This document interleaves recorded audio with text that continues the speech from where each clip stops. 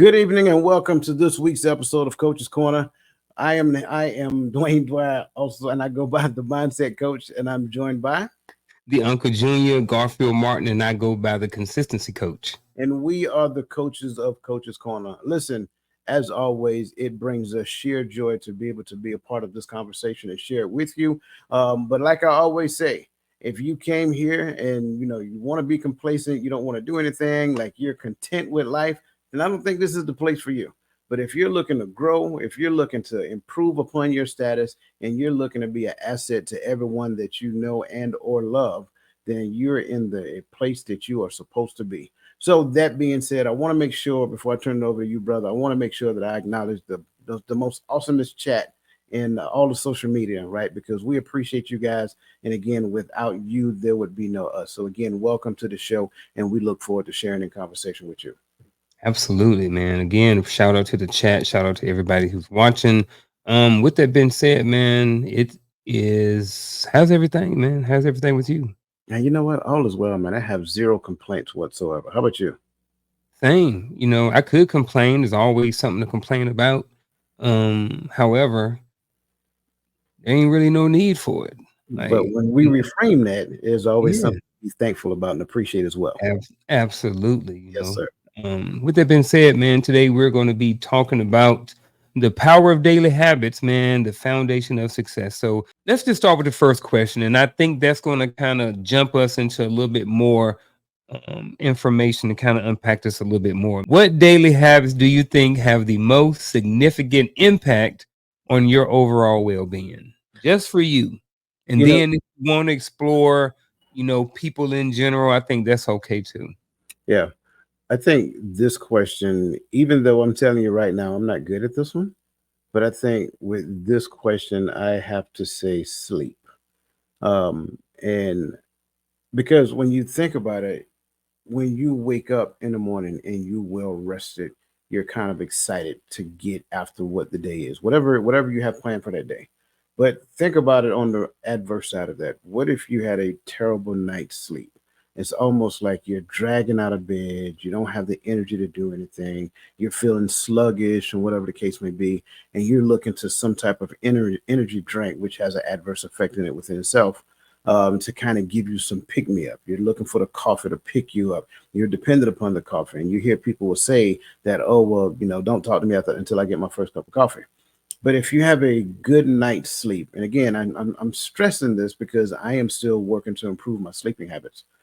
But if you have a good night's sleep, I think that is the beginning of what the potential of a beautiful day can look like for you. So for me, I'm gonna keep this one simple, and I'm just gonna say a good night's rest. What about you? Moving my body. Now some people would say working out, and for the most part, yes. However, it's not necessarily, it doesn't have to be in the form of a working out. Moving my body, like I just told you, sometimes I spend time in the yard. So I go out in the yard and I'll work in the yard for hours and hours and hours.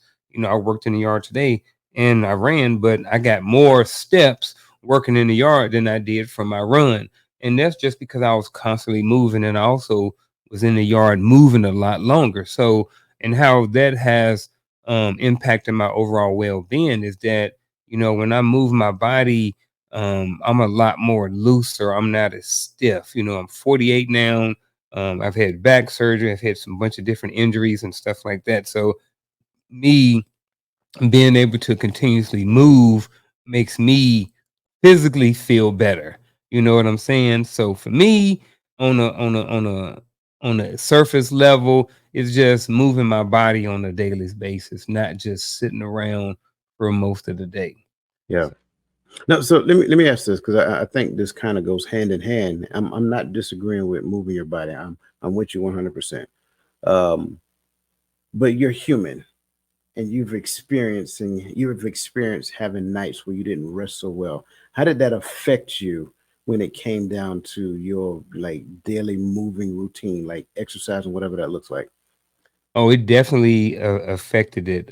So for me, I also have insomnia, right? So if I don't move my body enough, then I think sometimes my body feels like it didn't do enough. So, and then if I go to bed real early, I'll wake up in the middle of the night and then I can't go back to sleep.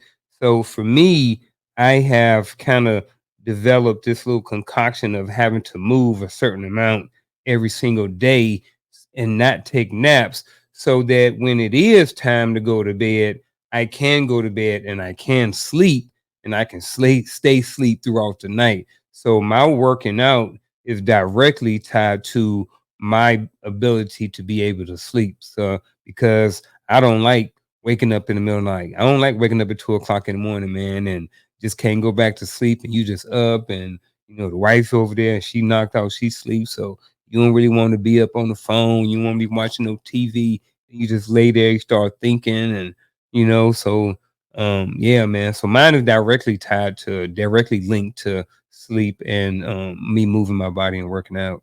I'm sorry, I had to smile just now because when you said you wake up in the middle of the night and your wife over there asleep, it's like you wanted to shoot her elbow, like, wake up, I'm wake, you supposed to be waking up. Yeah. I'm joking. Do not do that. Well, I will say this. Sometimes she get up. Like sometimes like I have before like bumped her and I was like, hey, you want to watch a movie? And she be like, yeah. Like so like we'll get up sometimes, we have before. I'm pretty right now, my sleep cycle is on. But Mhm. sometimes when it's been off, for a couple of days off and on, I will bump her and elbow her and she'll get up and watch a movie with me. So that's a good thing. Cause like you That's said, a yeah. lot of people like do not mess with me when I'm asleep. And I get it. Yeah. I think, and so all jokes aside, so Yeah. I think the lesson that we can pull from that, because like you, there are certain things that I want to do. For me, I don't do the high intensity workouts like I used to. I do low intensity workouts, and I don't do them every day. But it is a combination of moving my body not just for exercises, but also accomplishing the things that I need to accomplish within the given time that I have. Because if I don't, then this thing is still racing and it's like 9, 10, 11 o'clock at night. So if I get enough of the things done that I need to get done, then this thing relaxes. When this thing relaxes, then I can rest well. So I think the key here for everybody who's listening, the key here is that your sleep is the quality of sleep that you get is in direct proportion to the amount of activity that you perform in a day. And I believe holistically that that activity is focused on what your goals are, right? So if your goal is to, and I know one of the big things that people like to focus on is step count. So if your goal is Yeah. 10,000 steps a day, right, then shoot that for a goal. I mean, whether you're at work, if you got to get out, take 10-minute breaks, because some people take smoke breaks, take walk breaks, right? Yeah. Walk around the building, get your steps in, go back to your desk and get back to work, and do that every hour. That way you can get the amount of steps in. Like anything you got to do to try to accomplish that goal, do that. Don't just create a goal and then come up with the reasons why you can't accomplish that goal, right? Do that, because I believe holistically that it is in direct proportion to the quality of sleep that you get at night. And we could look at something on a basic level, that a habit that most people have, right? And that's getting up and brushing your teeth in the morning, right? So the people who have formed a daily habit of getting up and brushing their teeth every single day, when they're 48, 58, 68, they may still have their teeth. The people who don't develop this daily habit, it's be a different story. Again, I see kids every single day in elementary school, and I see kids who have great teeth, and I see kids who everything in their mouth is silver, even the front teeth, caps all in the teeth.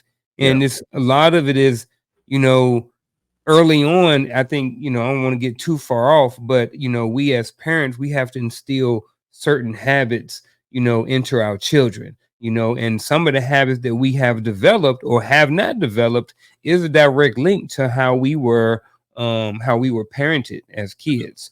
You know what I mean? Some parents were more forceful and more strict about brushing teeth, while other parents may have been more lenient. And then down the road, kids are going to the dentist, kids are getting cavities, and then even kids as adult, they don't understand why they teeth are falling out, but they never really learn the habit even from a young age. Yeah, absolutely. Or just the opposite, where you were forced to make your bed up every morning and now you're rebelling. So now that you're adult, you refuse to make your bed up when you get out the bed. You'll make it up later Yeah, in the afternoon. yeah, So man. I think it's interesting. But yeah, you're absolutely right. I agree 100%. Yeah. I think one thing about when it comes to habit is the being able to track and monitor them. So how do you currently track or monitor your daily habits and their effectiveness? Because at the end of the day, if it's not effective, then I would say, um, depending upon what stage of habit formation I'm in. Okay. If it is a habit that I'm trying to create, then I use my devices to help me get there. Right. I put it on the calendar, I set notifications, things of that nature. So that way I can form those habits. After a period of time of forming those habits, it's just something in you, like you have an internal clock, and that internal clock will let you know, like, hey, remember you got to do this. Hey, remember you got to do that.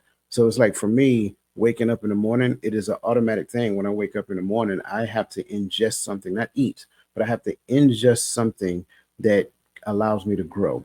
And so sometimes I go back and rehash some things that I have already been working on, studied, whatever the case may be.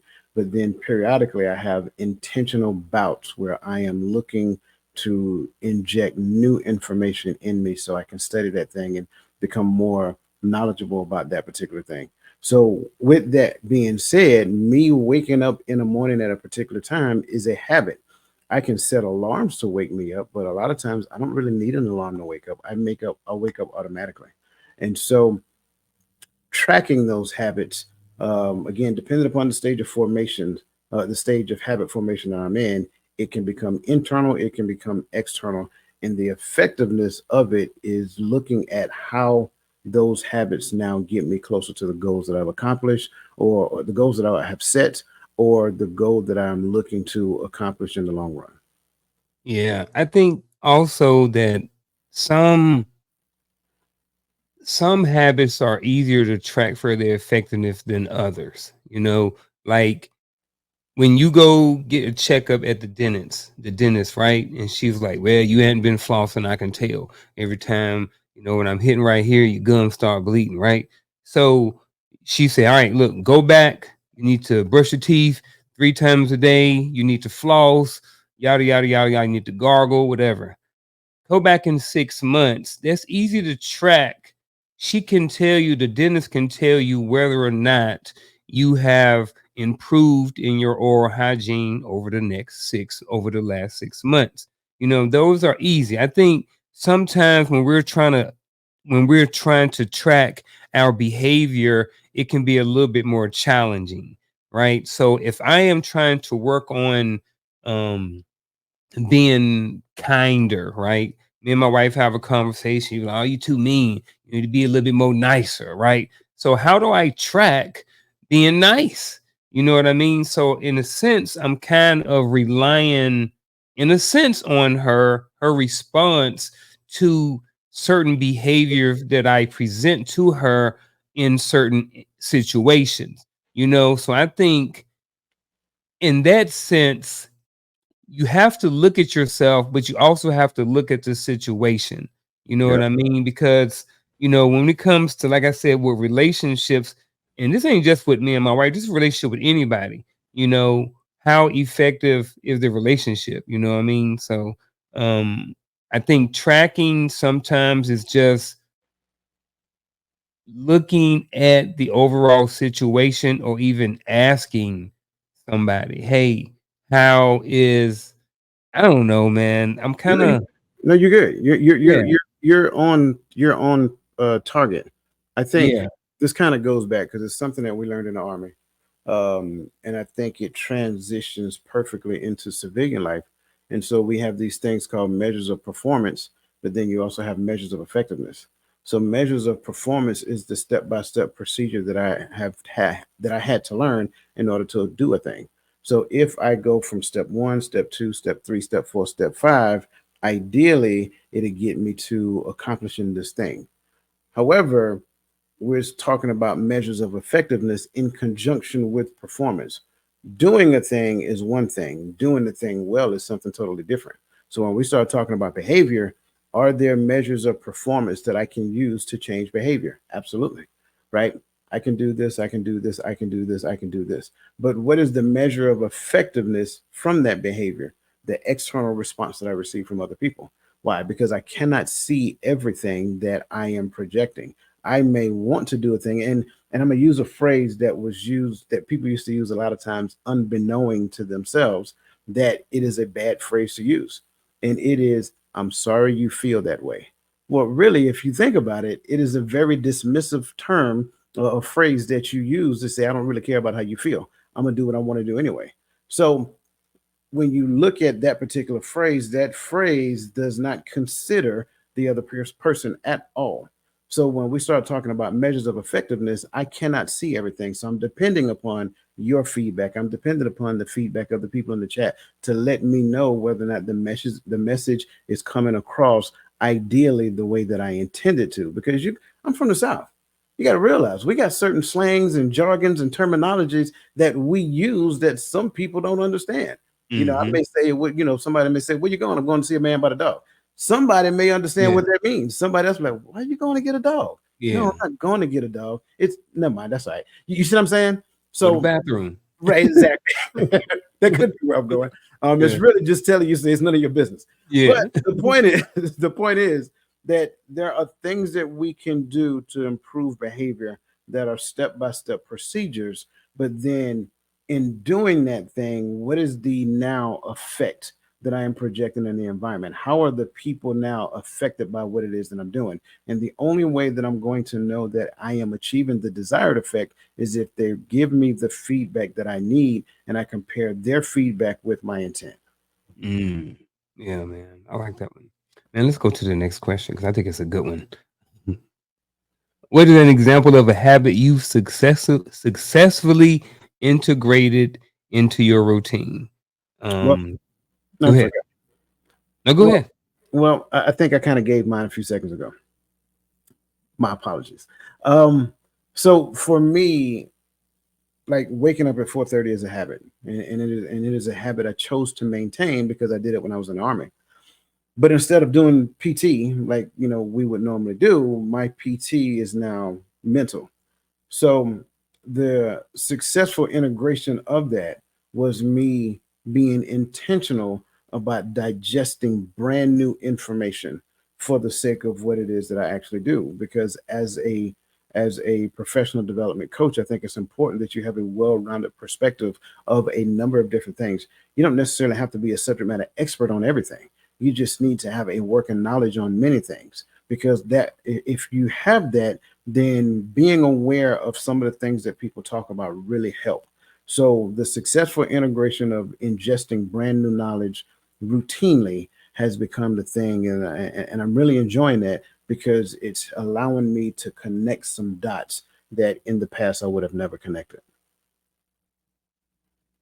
I would say for me, I don't practice it as much as I used to, but when I was practicing it and I was being very consistent with it, it was very, very helpful. And that is honestly was meditation. A few years ago, I got really deep into it, to where I was doing it every day. That was the first thing I did. I got up in the morning, I brushed my teeth, I put my headphones on, and I lay down on the floor and I just meditate for about 15 to 20 minutes every single day. And it was very eye opening. Initially, sometimes I would kind of nod off a little bit, but as I got into it, and that was okay, but as I kind of got better at it, it just a lot of times when I ran after that or worked out after that, I was a lot more focused. I was a lot more just everything just seemed to be working a lot better when I started my runs. And I guess it was because mentally I was okay. I wasn't just rolling out of the bed, throwing on my shoes and going. Now and I had like a little routine and it was very helpful, man. It was very helpful, man. Have you ever spent any time like on meditation or mindfulness, different things like that? I do. That's part of my morning routine. So me ingesting the information, especially the brand new information, there is a meditation piece that happens after that to where I tend to focus on what it was I was reading, focus on what it was I was studying. And what that does for me, and it's a challenge because, and I'm saying this initially, it's a challenge up front because your mind want to drift into a number of different arenas. Like case in point, I'm talking about these shades here, right? So this was the brand new information that I digested today. And so now you can start, you want to start, your mind wants to start tying these shades to other things. I can wear them when I go to the range. I can wear them when I'm driving down the street. Like, no, no, no, no, no. Just stay focused on the shades. And that was my initial challenge with it because with brand new information, you start having all types of thoughts and you just start firing off, different thoughts. So being able to bring that in and hone it in on that particular piece of information that that I was focused on, and then just stay there for at least 5 minutes at a minimum, right? Focus on it and just stay focused. I think for me, like you just said, I think for me that kind of helps me to um, get a better understanding of it, not just from the information that I read, but what I think about that particular information as well. So, in that space of meditation, this is where I am considering the raw information. And then I am trying to get to the point of not just taking the information and turning it into knowledge, but understanding how I can implement it in that moment. And that's what meditation looked like for me. And I enjoy it because generally when I come out of it, I have several ideas that I can implement afterwards. So yes, I do practice meditation. And again, I like to say this because some people I know they struggle with it. They struggle with meditating. They struggle with, the rigors of everything that they have to do in their life. And it's too easy to jump down and go down the rabbit hole about, I got to do this. I got to do that. I got to do this. I got to do that. Well, for that moment, you don't, right? That's how you have to think about it. You don't have anything to do within these 5, 10, 15 minutes of meditation, but focus on that one thing that I'm thinking about. We both sat over here and talked about how meditation has been beneficial to both of us, right? But let's be honest. How many people in our community grow up learning about meditation? I didn't. You know what I mean? And at least anybody that I know, around my age and growing up, this wasn't even a thing. Or if it was, I didn't really hear about it. So with that being said, when do you think you started like gravitating towards meditation, or where did it even come from? Because it didn't just like we didn't just pull it out of the air and say, "Hey, you know what? Now I'm gonna start meditating." Like we got it from somewhere. So for you, where do you think that started from? Because I didn't get this growing up. So no, this is a great question. I man, I'm trying to remember. It's a book. Um, so part of the things that I teach when I'm teaching at work, I just say it that way, is part of the leadership block. And once I get to the end, I have them do this thing called the one word focus, and I talk to them about what the one word focus is. And the one word focus is just pick one thing that you want to focus on for the next, 6 months or what, a year or whatever. For them, it's the entire time that they're in school, right? So, what is the one thing that you want to focus on? I go person by person and I have them give me what that one word is. Well, I've been taught a long time ago if you really want to get good at a thing, teach a thing, right? Because now what that's going to force you to do is to study the ins and outs of it. So as I started reading this book, and I can't remember the name of the book right now, I put it in the chats here shortly. Okay. But as I started focusing on the one word focus, I'm like, you know what? That's meditation. And so if you can pick one word, and that's for everybody in the chat, and that might be my actionable step coming up, right? If you can pick one word, focus on that one word for a period of time, and I don't care what it is, and let's just say that one word is meditation, right? If meditation is your one word, then you focus on meditation for the next 6, 8, 12 months. How are you going to implement it? What does meditation look like to you? When will you meditate? Like, so you're really honing in on that one word, and you're trying to find how that word is going to benefit you moving forward. Well, as I started paying attention to the one word focus, I said, you know what? I need to do this. Like, Mm, I'm telling them to do it. Why would I not do it? It doesn't make sense. Why would you teach a person to do a thing that you're not actively doing?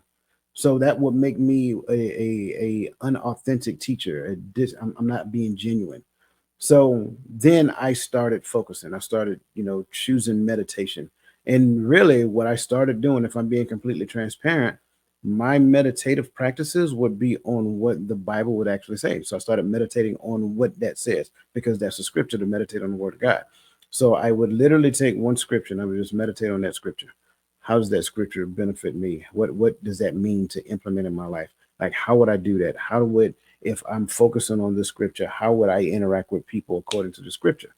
And so I have to say, it had to be about probably about 7, 8 years ago when I really started paying attention to meditation. Now, that does not mean I started meditating 7, 8 years ago.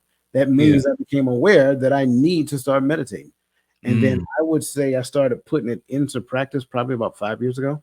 And it wasn't a consistent thing. It was like, hey, I need to meditate. Hey, I need to meditate. Then I got more intentional. And then when I started doing that, it just made a world of difference. yeah. Isn't it amazing, at least in my experience, and I've heard similar experiences from other people. Isn't it amazing, like some of the ideas and the information that you get when you meditate or when you just be still and just listen? Like for me, I think that's probably one of the biggest things that I miss most of all, because I'm not consistent with my meditation practices right now. Um, but I remember, man, it's just like so much information used to just come to me. It's like ideas, thoughts, shows, like programs, visions, just, ideas about my relationship, what I want to do in the yard. Just like I would just be overwhelmed with information. And to me, it it just goes to show like how important it is sometimes to like just put this joker down. Something, yeah, this is my phone. I know it looked like that, but sometimes just put it down, or cut the TV off, or just do nothing, and it's something how, we tell people to, when you come in your house, take your shoes off, right? But then when we go outside in our yard, we usually have shoes on. It's like we're connected to the earth. We put shoes on, but in the house we take them off. I don't know, man, but I don't know, something about that connection with the earth, man. I like having my shoes off outside sometimes, but I don't know, man. I need to get back on. I need to get back on my game, man. So much stuff come out of it, man. Yeah, yeah, absolutely. I We can think I we want can have a to. conversation about that part later, because you're right. There is Yeah. definitely a connection between you and the earth. Mm. Ooh. What challenges have you faced when trying to establish new habits? Work, people, the army, my kids. I don't know how to do it. My I got bills to pay. I got life, right? There's always going to be a challenge out there, right? So any of those things can be a challenge. So I think one of the biggest challenges when faced with trying to establish new daily habits is discipline, or lack of discipline. I think a lot of times, um I will also say this. I wrote it down. Lack of information. But I Mm. wanna stick more to, the discipline, please, because if you have the information, then you can be disciplined, but I think I'm gonna start with discipline. A lot of times, and I'm just gonna go back to fitness again. When you are trying to establish a new daily habit of moving your body, if you haven't built up the discipline, then it probably won't last.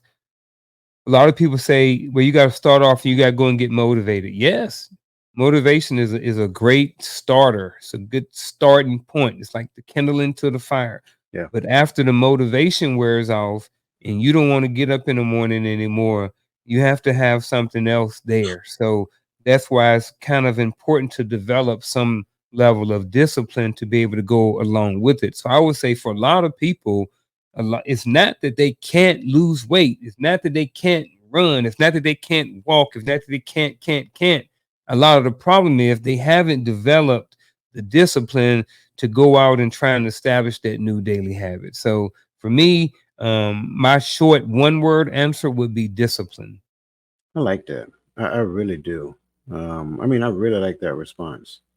Um, for me, I think there is only one challenge that we face when it comes down to establishing new daily habits, and that challenge is me. That's always the challenge. What you It, talk about, Willis? I'm just saying, I am the only person that stands in my way of establishing new daily habits. Anything else that I use, anything else that I use, I'm just being honest, is an excuse. Now, to your point, I'm agreeing discipline is it, but you're disciplined at being undisciplined. That's the key. So I am the only thing that I can't blame my job. I can't blame my family. I can't blame time. I can't blame the dog. I can't blame anything else. The only thing that prevents you from establishing new daily habits, from accomplishing any goal that you have, from doing whatever it is you want to do, is you. Once you own that part, then you can remove all the excuses out of the way and you can focus on disciplining this thing right here. Once I discipline this, then I can begin the process of new daily habits. And here's the best part about it, and I like you kind of touched on it earlier. Like you said, I meditate, but I'm not really disciplined. I don't do it consistently. But I say it like this: instead of looking at what I'm not doing, give myself credit for what I am doing. You see what I'm saying?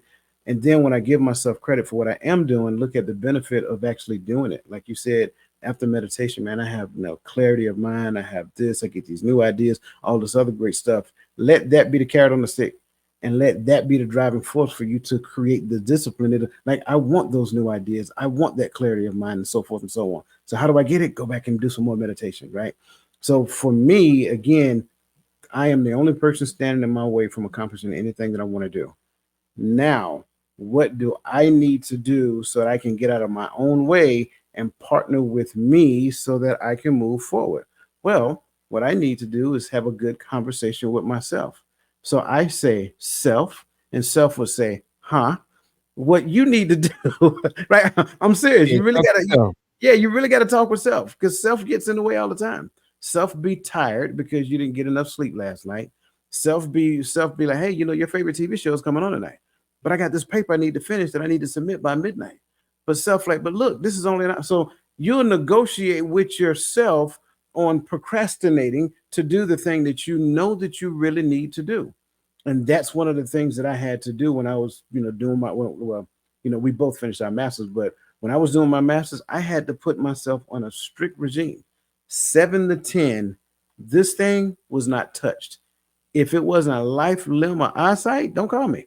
If you call me, I'm about to disappoint you. If it's between 7 to 10, and I had to do that because that allowed me to focus the energy that I needed to focus on the work that I needed to do so that I can accomplish it. And this was every day, Sunday, Sunday to Saturday, from 7 p.m. to 10 p.m. That's where you'll find me stuck in front of this computer with my face in a book or reading something on the screen because I needed to get to the end. Yeah, man. I remember them days. I don't miss them at all. Me either. I do not miss them. I do not miss being stuck in that book, man. Shoot, at all. At all, man. Yes, I think it's a lot. 'Cause I think a lot of people just struggle with um daily habits, man. Just trying to figure out how to establish new ones. And I know you said me. I said discipline. You said self. But I also want to say I think that sometimes it's just lack of information. I think sometimes we don't know. We don't know. Right. I knew for me, I didn't know the power of meditation until I started doing it. I didn't know how effective it could be, and but also that goes back into learning more about yourself and working on yourself, trying to be a better self on a daily basis. So I think, all of those things are good, man. Yeah. Some great talking points so far. Yeah. That's why it's called self discipline. I love it. Discipline. There you go. Oh man. How do you stay motivated? And how do you stay motivated to maintain your daily habits over time? You For me, ain't you ain't going to stay motivated. First of all, most people are not going to stay motivated the entire time.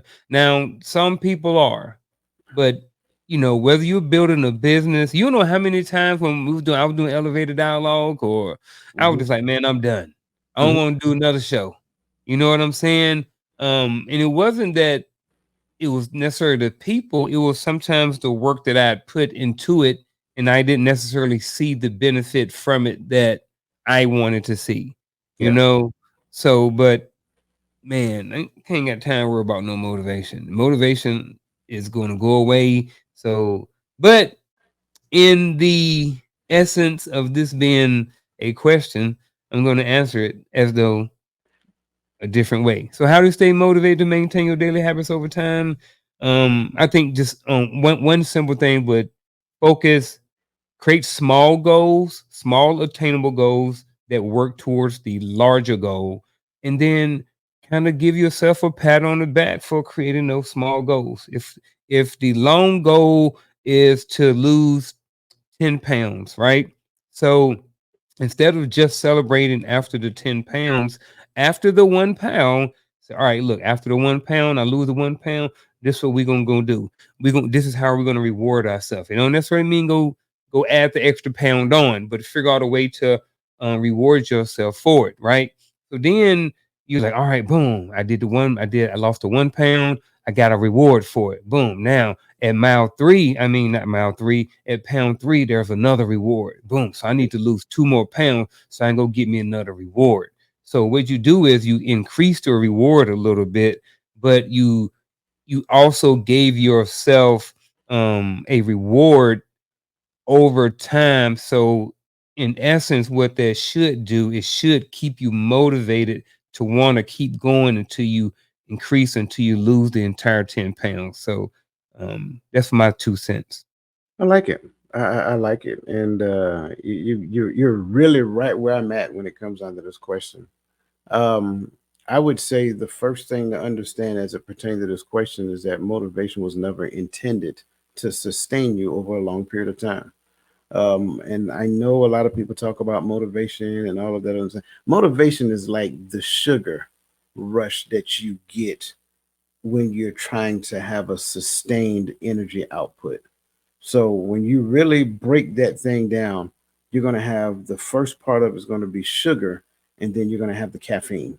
The sugar kicks in instantly, the caffeine sustains over the period of time. So you're not looking for the sugar. The sugar is going to be there, right? I am looking to be inspired for something that is over a long period of time, right? The internal spirit within me. I need to connect with that thing. So now there's an internal fire within me that is ignited. It's burning deep within. It takes me beyond just sheer excitement for the moment.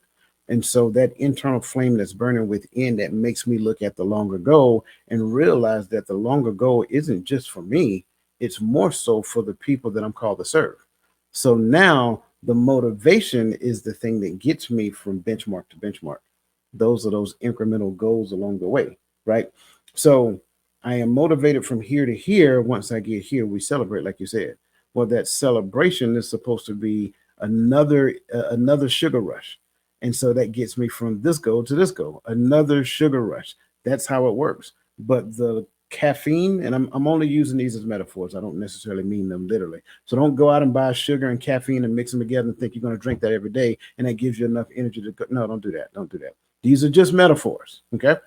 Um, the inspiration is the thing that gets me to focus on the end state. If I keep my focus on the end state, that's the thing that really do not allow me to quit. I love your reference when you talked about You talked about the elevated dialogue, because even in that, you kept going. You kept going long after you wanted to quit, right? Yeah. So you got to realize, most people got to realize that it's something that's inside of you, the larger goal that you're working towards that keep you sustained over a period of time. And then again, that sugar rush, that motivation that gets you from benchmark to benchmark, do not Mhm. forget to celebrate, because when you do not celebrate at the accomplishment of a benchmark, then you start to deteriorate. You start to get tired. You start to fade away simply because you're no longer seeing the value. And the sad part about it is that the people that you're serving, if they don't necessarily understand it, they need to celebrate with you, that they can celebrate with you, you start to question whether or not you're authentically serving the people. Mm. Yeah, I think I wrote down being a better person. We were talking about, um I looked at, what the example I gave with fitness. That's easily that's easy to monitor. That's easy to assess. So I guess in a sense, I kind of want to talk about something that's not easily as that we can't easily see, or that is not as easily trackable as other things. Because there are some people out there saying, "Hey, look, I'm just trying to be. I just want to be a better person." You know what I'm saying? So say for instance, they are to be a better person. They're greeting, I don't know, doing something. They've created some habit. You know what I mean? So how do you like? We may have already kind of talked about it, and maybe I'm just kind of circling back around in my head. And the more I think about it, I think I am. So I'm a pause for right there, and I think it may be a good time. I've been getting some good feedback, man, about these true and false questions. What about you? I love them. I You love them. like 'em? Yeah, Absolutely. man. Here's the first one. This is a good one. He ain't let me get it out. Forming a new habit takes exactly 21 days. False. False. How many days does it take? So it's not an exact science.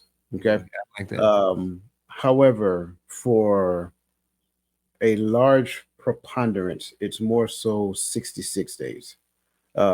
This is, I remember this being things that they talked about years ago, and people will focus on the 21-day thing. But the 21-day thing really just kind of gets your mind going about doing the thing. But generally, after 21 days, and if you guys don't believe me, just pay attention right around January 1st to January 30th, because there's a lot of people who will go to the gym on January, right around January 1st. But probably right around February 15th, the gym starts thinning out. Around Mhm. March, it's thin, and the only people that's left in the gym are the people who started off in the gym last year. So it Yeah. takes about 66 days to form a habit. Mm. I'm thinking I definitely know it's false because I know everybody's different and that's a mute point. However, everybody is, because we are so different, it can't be an exact 21 days. It could be an average or a guesstimate or something like that. But I like the 66. But with 21, it's kind of like, I don't know, I've did a whole bunch of things for 21 days and then not did them. It didn't form a habit, but you know what I'm saying? Yeah. So, If I may, because yeah. and here's what I wouldn't say that we're all different, right? Mhm. That's kind of like the overarching thing that we'll say. We're all different. Well, it's Yeah. not really that we're all different. Let's just say, um, for me, if you say, hey, come on, I'm gonna help you form a habit of working out, it's not going to take me 66 days to acquire a habit of working out, because I Yeah. did it before. I mean, when I say I used to do it, I used to do it. I'm talking about meal portions and everything, scheduled workout. So it won't take me 21 days to get there. It won't take Mhm. 66 days to get there. It'll take me Yeah. about 14 days, because Mhm. I'm getting my body back into the swing of thing. And for me, is getting back into the swing of thing to where I am chasing the lactic acid pain that I received the next day. Remember, we talked about that before. That was my Yeah. goal. If I didn't get the lactic acid, I didn't do nothing the day before. So that would be me getting my mind back into the mindset of chasing the lactic acid. So for me, it's not that I'm different. It's just that I had that before. So it'll take me less to get back there. So some of the habits that some people are looking to obtain, they've already got a good base. They've already got a good foundation to where they can get into the swing of things. But if you take something that's brand new that a person has never had any experience with, That would be the thing that get them closer to around the 66 days. And a lot of us, we like to say that, well, if I fix my mind, yeah, that sounds great, until life starts happening and your mind be like, hey, wait, I wasn't expecting that. Like Yep. life hits harder than what I thought it did. Yeah, that's true. So it's being able to take the blows from life and then be resilient enough to bounce back regardless of what life dished out in response. Yeah. I like it. Daily habits. Daily habits are more effective when they are small and manageable. True or false? True. I would say true too. Um, I think a lot of things are easier when you can break them down into smaller bites. How do you eat an elephant? One bite at a time. Mhm. So it's a real simple one for me. Got anything else for it or no? Real quick, the only Mhm. reason I say that is because, especially when you're starting a new habit, sometimes what we do is we start looking at tasks that are too tall for us in the beginning, and then when we do not accomplish the task the way that we seen ourselves accomplishing it, what ends up happening is that we become deterred, and then because we don't get that feedback, that feeling that we did a good thing, we don't look at progression as the goal. We look at accomplishment as the goal, right? So now that becomes a problem, and then I'm more likely to quit.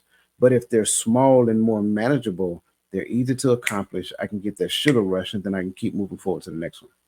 Okay. Got it. Um, True false. It is essential to change multiple habits at once to see significant improvements. Oh, I'm you want me to answer Yeah, that one? what you got? Two thumbs down. Yeah, I would say false. Two thumbs down. Um, I think depend on where you at in your life, you can do it. I think for most people it's probably false and it's probably not the best thing to do. Um, yeah. This is a life circumstance. That's what I believe. I What do you believe mean? when life happens to you and Mhm. forces you to change, then you're forced to change multiple habits at once. Mm. But when you get the choice to decide, focus on one thing and throw yourself at that one thing that you're changing. All right. So if to make sure that I'm clear and I understand what you're saying, here's what I'm thinking when you said that. I am 50 years old. I get diagnosed with an illness, and now it forces me to lose weight. It forces me to eat healthier. It forces me to work out more. Is that what you mean right there by Actually, life happening to where you got to change multiple things at once? absolutely. Mm. Another great example is going through a divorce. Generally, Mm. most people who are married, they have joint accounts, joint everything.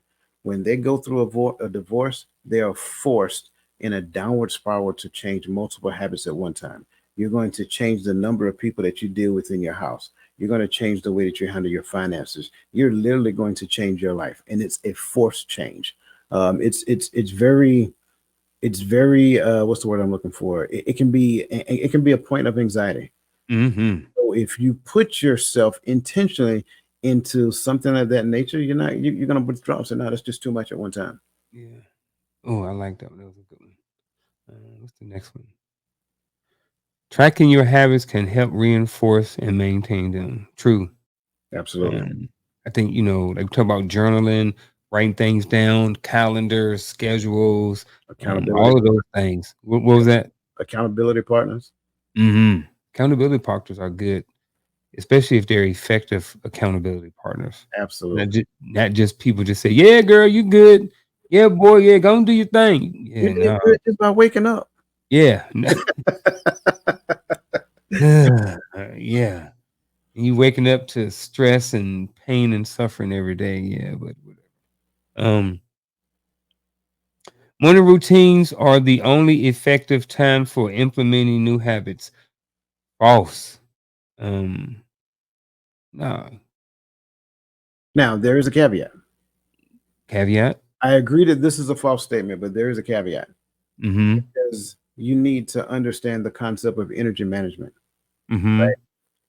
which means that I need to look at during what time of day do I have the most energy? Some people prefer to do it in the daytime, early in the morning time, between the time they wake up and lunchtime, because that's their highest energy output.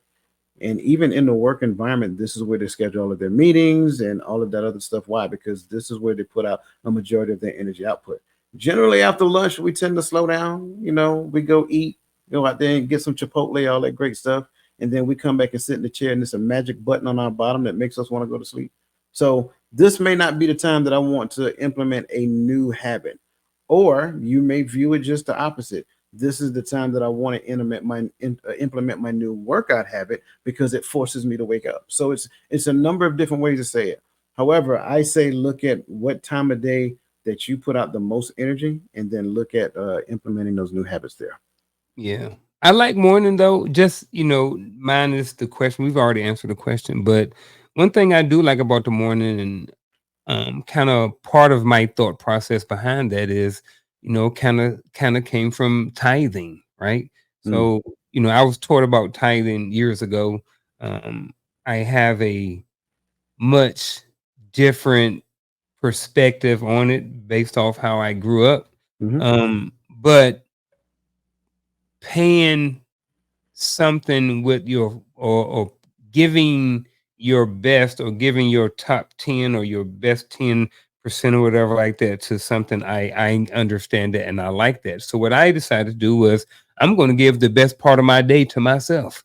So when I get paid financially, the first thing I do is I pay myself. When I get up in the morning, first thing I do is I pay myself. I go do something for me first.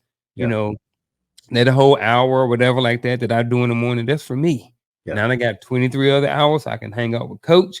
I can hang out with Vonda. I can hang out with Shell, Mister, whoever else. But I had to make sure that I take care of me first. You know what I'm saying? So that's a good daily habit that I use. Take care of me first, get myself the first 10% of the day. Y'all can have the rest. Because look, man, you know how many people they get up and they go to work and they have the most energy and they give it to their boss and to their coworkers and to their job. And then they come home defeated and now they only got a little bit to give to their wife, a little bit to give to their husband, a little bit to give to their kids. You know what I mean? A little bit to give to the community because they've given so much of who they were to the job. So I just like, man, bump that. I'm giving it to me. So I get my hand puffs up in the morning. I take care of me. So when I get off of work at the afternoon, I already took care of me. I Yeah. already filled my cup and overflowed. So I don't know why I went down that rabbit hole, but Oh no, it's man. our show and we can. Yeah, I love it. That's the reason why I made Make Money Master 2024. Because Yeah. again, like you said, you have to get to the point to where you recognize that you gave all of yourself to your job. But what were you created to do? Mm. Get to that point to understand what you were created to do, and then do that, and then realize that that was supposed to be the business that you were doing, that you were created to do. But anyway, that's off topic. Mm. Man, we got one more. I think it's one more question. Yeah, it's the last one, and then we got actionable advice. Um, Habits are created unconsciously. Ooh, this is good. It is. I think true and false. I think yes and no. I think some habits are created unconsciously. Like like at some point I wasn't unconscious, but I wasn't conscious enough to know that I had to brush my teeth every day at some point. You know what I mean? But Charlotte Jordan at some point was like, get up and brush your teeth. How many people say their grace? You know what I mean? Is that something that they did I know they're conscious decisions now, but I'm talking about the initial point of the habit when it was initially created. Was it conscious or unconscious? So I think for the most part, I think when you have a certain level of consciousness, then they're conscious. But I think at some point in our life, they were unconscious. I don't know. That's what I think. This is a good one. I like it. Um, I would say true and false. Yeah. Because there are some habits that you have that are unconscious. You didn't know baby was ever taught how to suck when they were born. So that's an unconscious habit that they actually have. When they get anything close to their mouth, they start pulling on it. That's an unconscious habit. However, baby had to learn how to walk. Initially, it was conscious. That's why they aimed their arms in the air, trying to keep their balance and walking like George Jefferson, right?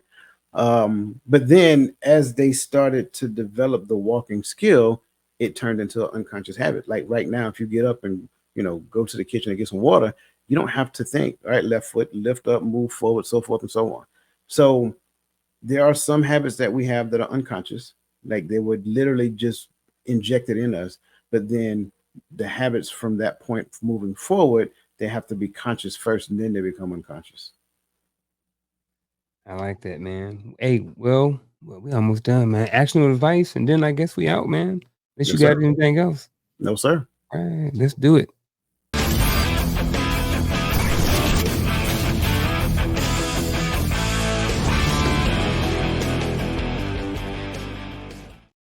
All right, man. Who going first? You or me? I'll go first. All right. I kind of gave it a little bit earlier, but my actionable advice is the one word focus. And I think this is interesting because if you find one word, it doesn't matter what it is. It can be kindness, it can be humility, and humility is a great one to have. Once you find that word, then your job from that point on is to constantly figure out how you can implement your understanding of that word into your life on a daily basis. So, in other words, if humility is my one word focus, then how can I exercise humility in any given situation I find myself? And that becomes intentional every day. And the more you do that, you'll find that you'll turn that into a habit. My actual advice for the next week is to meditate. So the reason why this came up is, like I said, I haven't been consistent with my meditation, but it was so much information that comes from meditation. Now, this is if you are a person who meditates. I understand that meditation is not for everybody. However, if you have never done it, try it and see if there is a benefit for you. Because it may not be beneficial to you, it may not be your thing, and that is fine. But I would say for the next 7 days, go and meditate and really pay attention. Even take a notepad with you so after you get done, you can write stuff down. But really meditate and pay attention to what goes on during the meditation and look for information to be given to you. So that means that while you're meditating, and then even throughout the day, sometimes like look for quiet moments to listen to yourself and see what information comes throughout the day. So that's my actual advice for the next 7 days. Figure out a few minutes of a day and meditate. And with that being said, hey man, we'll be back here again next Tuesday, 7 p.m. Eastern Standard Time. You can check out the Hearts Man podcast, 8 p.m. Eastern Standard Time. What else? What else we missing? Nope. Uh, yeah, we got Hearts and Men on Friday. This Saturday coming up, we have Make Money Master 2024. As you guys already know, every Tuesday at 7 p.m. here, Coach's Corner. Just stay tuned. We got a lot of stuff going on. Yeah. And with that being said, folks, we are out.